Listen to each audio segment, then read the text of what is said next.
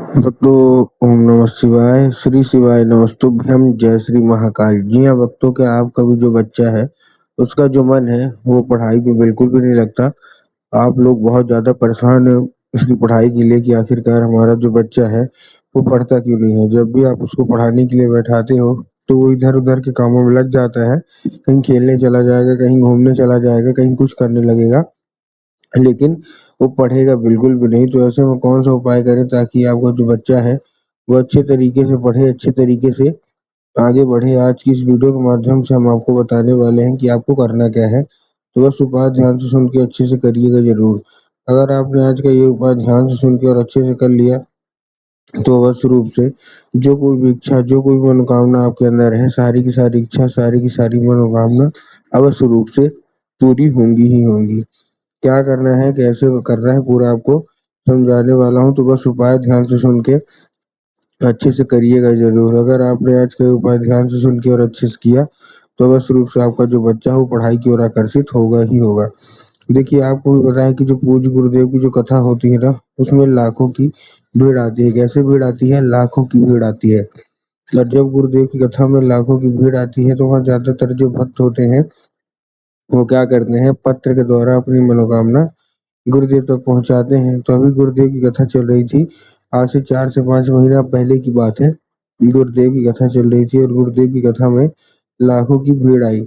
अब जब गुरुदेव की कथा में लाखों की भीड़ आई तो वहाँ ज़्यादातर जो भक्त थे उन्होंने क्या किया, पत्र के द्वारा अपनी मनोकामना गुरुदेव तक पहुँचाई।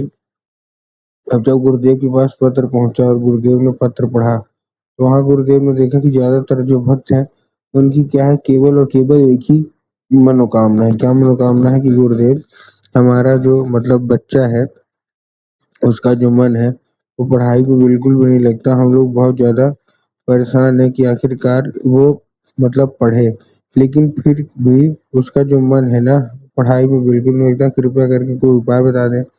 जब गुरुदेव ने ये देखा तब गुरुदेव ने 2 से 3 उपाय बताए और कहा केवल और केवल ये उपाय कर लेना, तुम्हारा जो भी मतलब बच्चा है जिसका भी मन पढ़ाई में नहीं लगता ना, अवश्य रूप से उसका जो मन है वो पढ़ाई की ओर लगेगा ही लगेगा।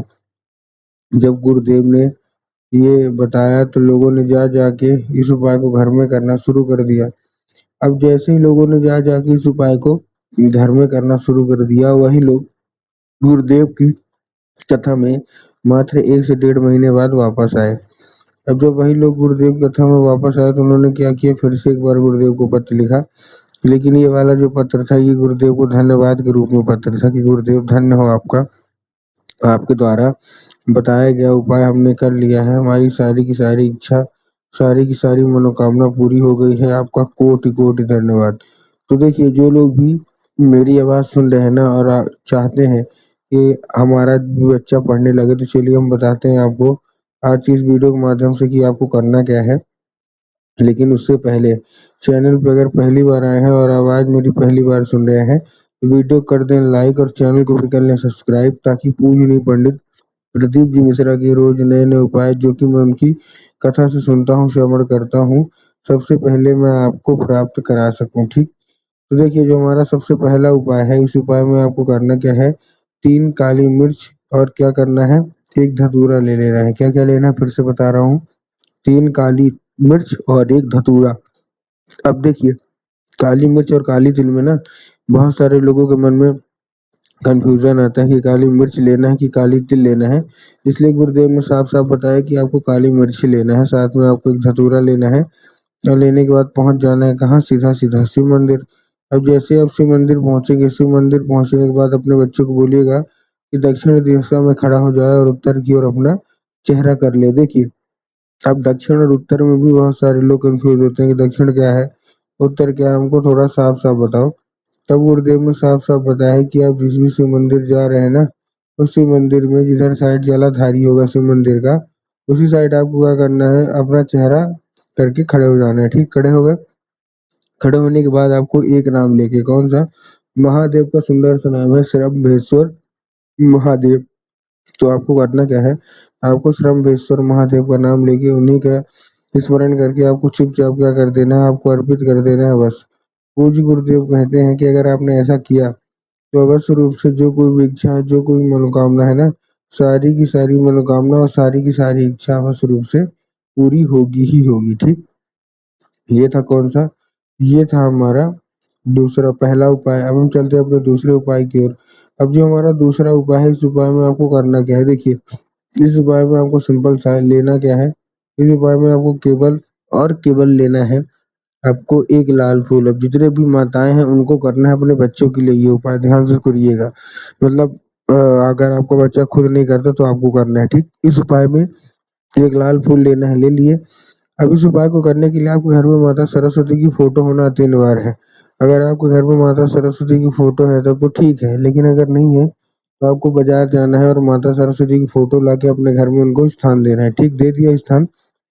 अब शाम के वक्त जब भी आपके घर में पूजा पाठ होती है ना, तो आपको शाम के वक्त करना क्या है, उस लाल फूल को उठाना है और अपने बच्चे के माथे पे पहले, उसके पहले शाम के वक्त जो जैसे पूजा पाठ होगी आपके घर में, तो आपको क्या करना है, शाम के वक्त उसको अर्पित करना है और माता से उसको औषधि के रूप में मांगना है कि माता कृपया करके हमको इसको औषधि के रूप में प्रदान करिए। ठीक, हमारा जो बच्चा है उसका जो मन है वो पढ़ाई में बिल्कुल भी नहीं लगता। अब क्या होगा, औषधि के रूप में ले लिए। अब लेने के बाद आपको करना क्या है, जैसे आपने औषधि के रूप में लिया, औषधि के रूप में लेने के बाद उसको शाम के वक्त जब आपका बच्चा खाना पीना खा के सो जाए तो आपको लाल फूल उठाना, अपने बच्चे के माथे पे 2 से 3 बार उसको फेर देना है बस। पूज्य गुरुदेव कहते हैं कि अगर आपने ऐसा कर दिया तो उस फूल के जरिए स्वयं माता जो सरस्वती है वो उसके दिमाग में प्रवेश कर जाएंगी और उसका जितना भी दिमाग इधर उधर के कामों में लगता है वहां से ना लगे, केवल केवल उसका जो दिमाग है ना वो पढ़ाई की ओर ही लगेगा ही लगेगा। ये था हमारा दूसरा उपाय। अब हम चलते हैं अपने तीसरे और आखिरी उपाय की ओर। अब देखिए तीसरा और आखिरी उपाय में आपको करना क्या है, इस उपाय में आपको लेना क्या है, सिंपल सा आपको लेना है केवल और केवल एक पान का पत्ता, और पान के पत्ते के ऊपर आपको शहद का लेपन कर देना है। क्या करना है, पान का पत्ता लेना है और पान के पत्ते के ऊपर शहद का लेपन। अब देखिए शहद का लेपन किधर साइड करेंगे, जिधर चिकना साइड होगा उधर साइड शहद का लेपन करना है। तो शहद का लेपन आपने कर दिया। अब शहद का लेपन करने के बाद आपको करना क्या है, अब लेके अपने बच्चे को भेज दीजिए कहाँ, सीधा सीधा शिव मंदिर। अब जैसे ही आपका बच्चा शिव मंदिर पहुंचेगा, शिव मंदिर पहुंचने के बाद उसको बोलिएगा कि माता शोक सुंदरी की जगह पे। अब देखिए बहुत सारे लोगों को ये नहीं पता कि माता शोक सुंदरी की जगह कहाँ होती है। तब गुरुदेव ने बताया है कि जो जलाधारी है, जलाधारी की बिल्कुल बीचों बीच, कहाँ, जलाधारी के बिल्कुल बीचों बीच माता शोक सुंदरी की जगह होती है। तो बस आपको करना क्या है, माता शोक सुंदरी की जगह पे आपको चुपचाप क्या कर देना है, आपको अर्पित कर देना है बस। पूज्य गुरुदेव कहते हैं कि बस ये उपाय कर लीजिए, अवश्य रूप से मनोकामना, अवश्य रूप से इच्छा सारी की सारी पूरी होगी होगी। तो उम्मीद करता हूँ आज का ये उपाय आपको अच्छे तरीके से समझ में आ गया होगा।